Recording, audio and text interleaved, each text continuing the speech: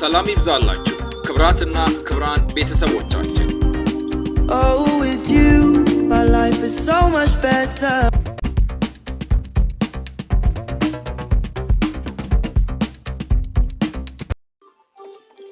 ሰላም በያላችሁበት የተወደዳችሁ ቤተሰቦቻችን ይህ ዩናይትድ ሶሻል ጀስቲስ ነው ሂስትሪ በትግሉ ተማም ነኝ the Stone Age and the theory about the emergence of states አብረን የምናየው ይሆናል መልካም ቆይታ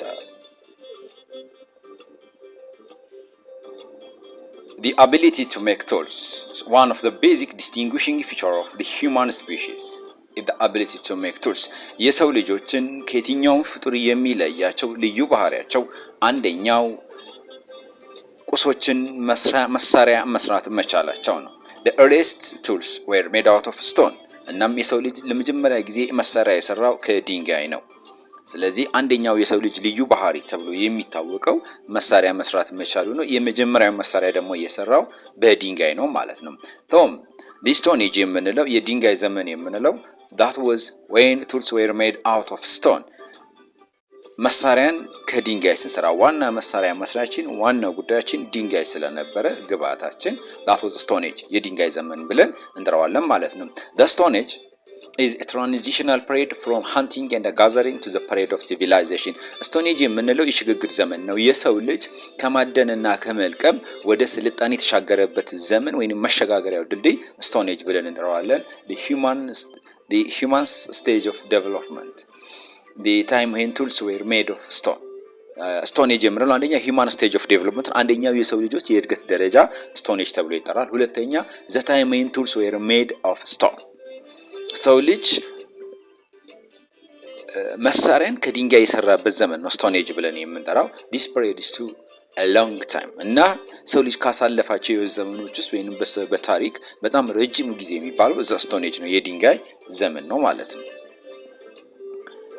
The Stone Age is divided into three periods. Stone Age በሶስት ፔሪዮዶች እንከፍለዋለን.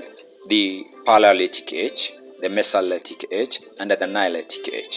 ስለዚህ የስቶን ኤጅን በሶስት እንከፍለዋለን. Paleolithic Age, Mesolithic Age እና Neolithic Age ብለን በሶስት ከፍለን ማየት እንችላለን ማለት ነው። አንድ ባንድ ነው the Paleolithic Age. Paleolithic Age, this was a Greek for Old Stone Age. Paleolithic የሚለው old ማለት ነው old stone age ማለት ነው paleo means old lithic means stone so paleolithic means old stone age ስለዚህ paleolithic ስንል old stone age ማለታችን ነው that was the በእንግሊዘኛ ስንጠራው ግን old stone age ማለት እንችላለን actually ቴክኒካል ቃል አድርገ ነው paleolithic age እያለን እንጠራዋለን that was the longest of stone age ከሶስቱም የስቶን ኤጆች በጣም ረጅም ጊዜ የወሰደው paleolithic age ነው lasted until about 11,000 years ago around 9000 BC እና ይሄ የስቶን ኤጅ ወይንም ፓላዮቲክ ኦልድ ስቶን ኤጅ የምንለው እስከ 11000 ዓመት ድረስ እስከ 11000 ዓመት ከዛሬ 11000 ዓመት በፊት ድረስ የቆየ ነው ወይንም ደግሞ በጎርጎሪያን ካላንደር መሰረት 9000 BC ከክርስቶስ ልደት በፊት 9000 BC ድረስ የቆየ ነው ማለት ነው the old stone age የምንለው during the Paleolithic age the early human beings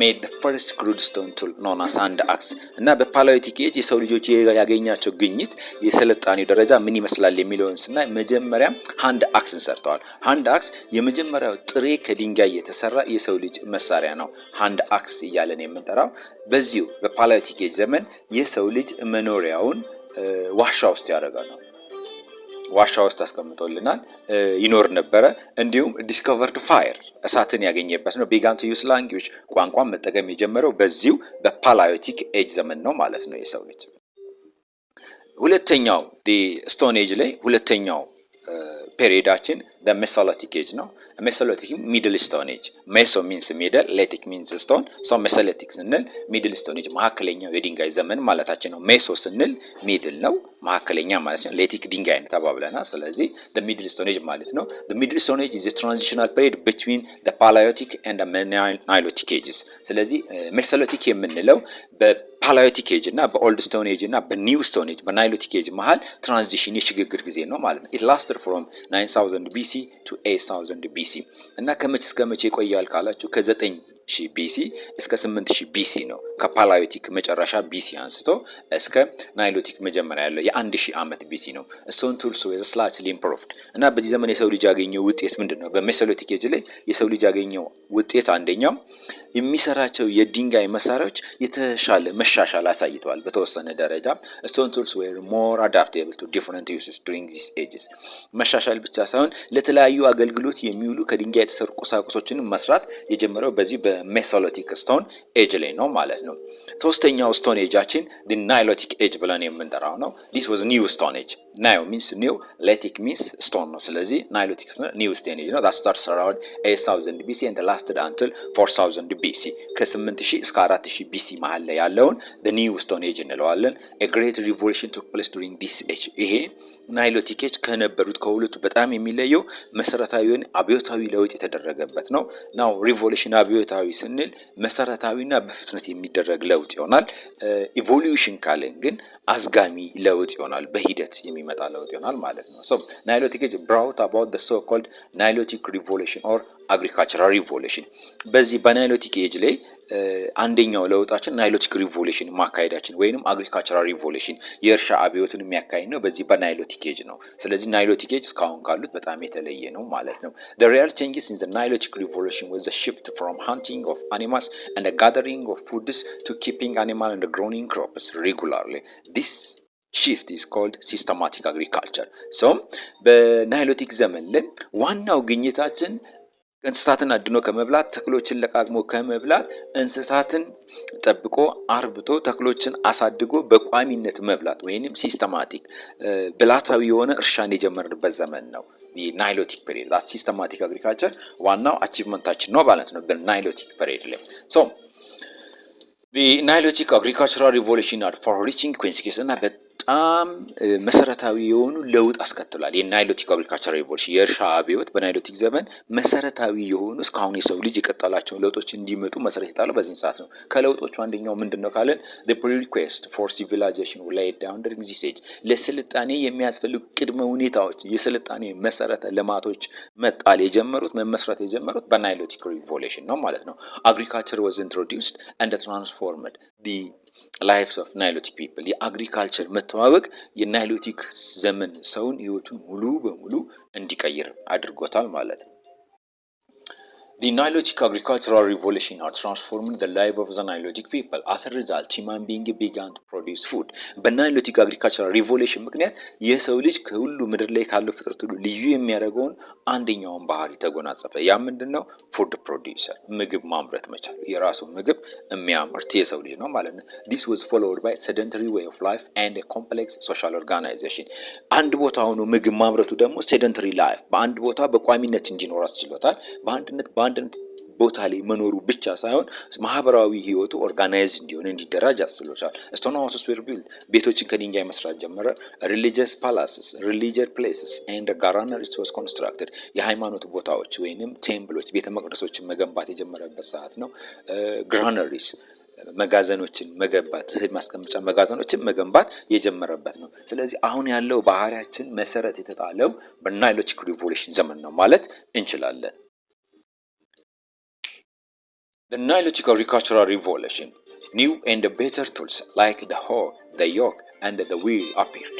ሌላ በናይሎቲክ ሪቮሉሽን ላይ አዳዲስ ቱሎችም ኢመርጅ ያደረጉበት ነው። አዳዲስ ቱሎች የመጡበት ነው። እነዚህ አዳዲስ ቱሎች ምን ምንድናቸው? አዳዲስ መሳሪያዎች ምንድናቸው ከተባለ ሆ ያለን ባለ ሁለት መንገሻ፣ ዮክ አለን፣ እንደው ሄል አለን፣ ጋሪዎች አሉን፣ ሞፈርና ቀንበር አለን።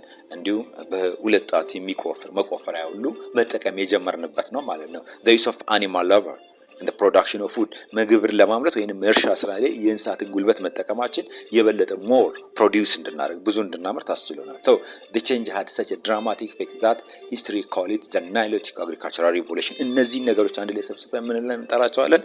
ናይሎቲክ agricultural revolution። ስለዚህ የናይሎቲክ agricultural revolution ማለት አንደኛ መሳሪያዎችን እንደ ሆይ፣ ዮክና ሄል ያሉ መሳሪያዎችን ተጠቅመን የተሻለ ምርታማ መሆናችን፣ ሁለተኛ ደግሞ ምግብ ለማምረት በመናደርገው ሂደት ውስጥ የእንስሳትን ጉልበት መጠቀማችን ነው። እንስሳትን ከማርባት ውጤታቸውን ስጋቸውን ከመብላት በተጨማሪ ጉልበታቸውን ተጠቅመን የበለጠ ምርታማ መሆናችን the Nilotic agricultural revolution ብለን እንጠራዋለን ማለት ነው። the Nilotic revolution finally made human beings food producer and community dealer። ሌላው የናይሎቲክ ሪቮሉሽን የሰው ልጅን ምግብ አምራች ነው ያደረገው። ምግብ አምራች ብቻ ሳይሆን ኮሚኒቲ ዲውለር በማህበር ተደራጅቶ የሚኖር ማህበረሰብ ወይም ማህበራዊ እንስሳ ነው ያደረገው የሰው ልጅ ማለት ነው። occur at different time in various places እና ናይሎቲክ ሪቮሉሽን በተለያየ የዓለም ክፍል በተለያየ ጊዜ ነው የተፈጠረው። በአንድ ጊዜ የተፈጠረ ጉዳይ አልነበረም ማለት ነው ናይሎቲክ ሪቮሉሽን። ስለዚህ በአንዴ በሆነ ጊዜ የተፈጠረ አድርጎ መወሰዱ አግባብ አይደለም። እያንዳንዱ ሀገር እያንዳንዱ አካባቢ በራሱ ጊዜ ነው ናይሎቲክ ሪቮሉሽንን የጀመረው ማለት ነው። the earliest evidence of the Nilotic comes from the Middle East some 11,000 years ago እና በጣም ቀደምት የሆነ ናይሎቲክ ሪቮሉሽን ለመካሄዱ የአርኪኦሎጂካል ወይም ማስረጃ የቅሬታ አካል ማስረጃ የመጣው ከመካከለኛው ምስራቅ ከ11,000 ዓመት ጀምሮ ነው። እናም በእነዚህ ሜጀር አርኪኦሎጂካል ሳይትስ አር ፋውንድ የት ነው የሚገኙት? እነዚህ ወሳኝ የአርኪኦሎጂካል ቦታዎች ሳይቶች የት ነው የሚገኙት? አንደኛ ፓሌስታይን ፊሊስጤም የምንለው ማለት ነው እስራኤልን ጨምሮ፣ ሜሶፖታሚያ ኤፍራጥስና ትግረስ ሪቨር መሃል ያለው አካባቢ ዛሬ እነ ኢራቅ ሶሪያ ያሉበት አካባቢ ላይ፣ the Nile Valley in Egypt ግብጽ የሚገኘው የናይል ቫሊ አካባቢ፣ ትሮፒካል አፍሪካ ምዕራብ አፍሪካ አካባቢ፣ the Yangtze Kiangsi in China Yangtze Kiangsi Valley ቻይና ውስጥ the Indus Valley in India ኢንዱስ ቫሊ ኢንዱስ እና ፓርትስ ኦፍ አሜሪካ በአሜሪካ የተለያዩ ክፍሎች ውስጥ ናይሎቲክ አግሪካልቸራል ሪቮሉሽን ተካሂዶ ነበር ማለት ነው። so the Nilotic revolution in ኢትዮጵያ ውስጥ ናይሎቲክ ሪቮሉሽን ደግሞ ስናይ it is believed that the Nilotic age took place in the parts of Ethiopia about 7,000 years ago እና ምን ተብሎ ነው የሚታመነው? ኢትዮጵያ ውስጥ ናይሎቲክ ሪቮሉሽን የጀመረው ከዛሬ 7,000 ዓመት በፊት ነው ተብሎ ይታወቃል ማለት ነው፣ ይታሰባል ወይንም በታሪክ እንደዛ አይነት ማስረጃዎች ይቀርባሉ ማለት ነው። then agriculture began and among the domesticated plant were ጤፍ፣ ዳጉሳ፣ ኖጌ እና እንሰት። ስለዚህ ከዛሬ 7,000 ዓመት በፊት ኢትዮጵያ እርሻ እንደጀመረች ናይሎቲክ አግሪካልቸራል ሪቮሉሽን እንደጀመረች በዚህም ኢትዮጵያ ዶሜስቲኬት ያደረገችው ያለመደችውና ለዓለም ካበረከተቻቸው ውስጥ ጤፍ፣ ዳጉሳ፣ ኑግና እንሰትን ስም ጠርተን መናገር እንችላለን። ሌላው ፖተሪ was also started making and using ሌላው ኢትዮጵያውያን በተለያየ አካባቢ ፖተሪ መጠቀም መጀመራቸው ነው ማለት ነው።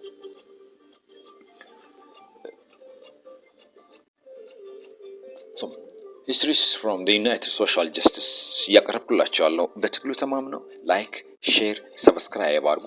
በአማርኛ፣ በኦሮምኛ፣ በእንግሊዘኛ ሂስትሪን በዲጂታል ፎርም እናቀርብላችኋለን። ፒዲኤፍም አለን፣ ሁሉም አለን። ከኛ ጋር ቆዩ። እንቀጥል። አርኪኦሎጂካል ሳይት ኦፍ ዘ ናይሎቲክ ሪቮሉሽን ኢትዮጵያ ውስጥ ደግሞ ቀደም ዓለም ላይ ናይሎቲክ ሪቮሉሽን የት እንደተገኘ አይተናል። አሁን ደግሞ ኢትዮጵያ ውስጥ የት ተገኘ የሚለውን እናያለን። አርኪኦሎጂካል ሳይታችን የት ነው? የመጀመሪያው አክሱም ነው፣ ላሊበላ ላይ አለን። ኒሪ ጨርጨር ኢን ሐረርጌ ጨርጨር አካባቢም አለን አግኝተናል። እና መተሃራ ላይ አርኪኦሎጂካል ወይንም የአርኪኦሎጂ ማስረጃዎች አለን ናይሎቲክ ሪቮሉሽን ለመጀመራችን ማለት ነው። መልካም ጊዜ። United